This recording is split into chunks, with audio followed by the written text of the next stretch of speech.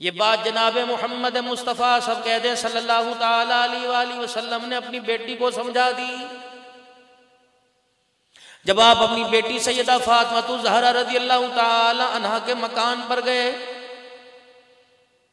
میں نے پوری کتابوں میں نہیں پڑھا کہ باہر لینڈ کروزر کوئی بڑی گاڑی کھڑی ہوئی تھی کہ اونٹوں کا ریلا کھڑا ہوا تھا، میں نے باہر یہ نہیں پڑھا کہ بہت ساری نرسری اور گراس اگا ہوا تھا، میں نے باہر نہیں پڑھا کہ بڑے بڑے قسم کے شو پیس لگے ہوئے تھے، بلکہ میرے عزیزو علی رضی اللہ تعالیٰ عنہ سے سنا، اور صحابہ اکرام جو مدینے کی گلی میں آئے جایا کرتے تھے، فاطمہ الزہرا رضی اللہ تعالیٰ عنہ کا جو گھر کے دروازے کے باہر پردہ لٹکا رہتا تھا، اس کے اندر کئی قسم کے پیمند لگے ہوئے تھے۔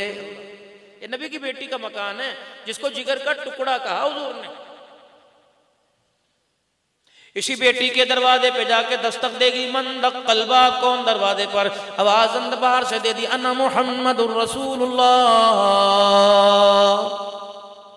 تیرا ابا تیرے دروازے پر آیا۔ اب کہتی تھی جی آیا نو، میرے ابو جان آ گئے، ست بسم اللہ ابو جی اندر ٹپو، بیڑا ٹپو۔ کتنی غیرت والی ہوگی، کتنی غیرت والی ماں کا سینے سے دودھ پیا ہوگا۔ کہنے لگی ابا جان اکیلے ہو، اندر آ جاؤ، اگر آپ کا کوئی غلام مدینے کا رہنے والا ساتھ ہے اندر نہ آئے، کیونکہ آج تیری بیٹی کے پاس اتنا بھی کپڑا کوئی نہیں کہ پورے طریقے سے پردہ کر سکے۔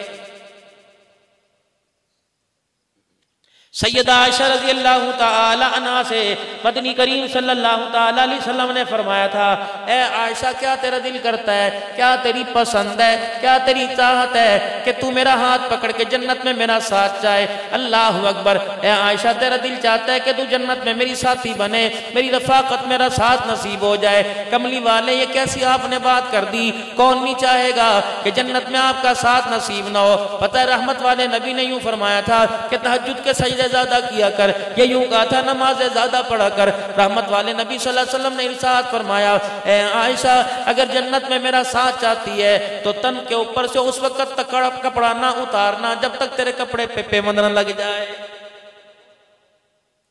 صبح ہفتے کا دن ہے، پتہ نہیں عدالتوں میں چھٹی ہوگی کہ نہیں، وکیلوں کے چیمبر میں جا کے دیکھ لینا، اتنی بڑی فائلوں کے اوپر خلا لینے کی درخواستیں پڑی ہوں گی جس کے اندر یہ لکھا ہوگا کہ پورا سال ہو گئے، وجہ طلاق لینے کی، خلا لینے کی یہ کہ میرا شوہر مجھے کپڑے بنا کے نہیں دیتا۔ رب اکبر کی قسم ہے، آج کپڑوں پر طلاق کے لینے والیوں اور آج کپڑوں کے اوپر طلاق کے دینے والوں، کل اس بھی کا نبی کی بیٹی کا کیسے سامنا کرو گے جو 17 پیوند والے کپڑے دوپٹے کے اندر، 17 پیوند والی چادر کے اندر سجدے کر کر کے خدا کو راضی کر کے چلی گئی ہے۔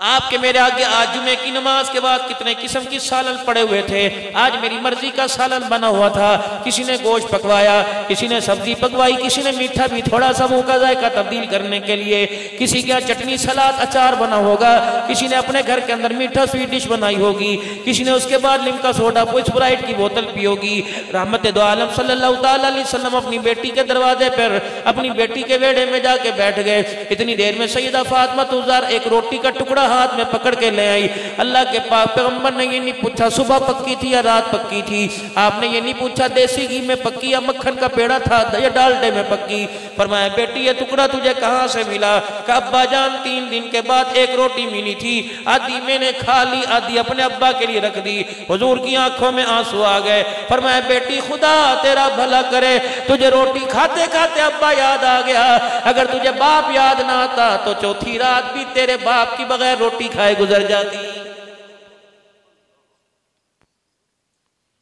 پیٹ پہ پتھر باندھ کے راتوں کو ایک ایک رکعت میں 10 پارے پڑھ کے چلے گئے۔ یہ امتی مکھن پروٹھے کھا کر قرآن پڑھنا تو دور کی بات ہے، قرآن کو ہاتھ بھی نہ لگا سکا۔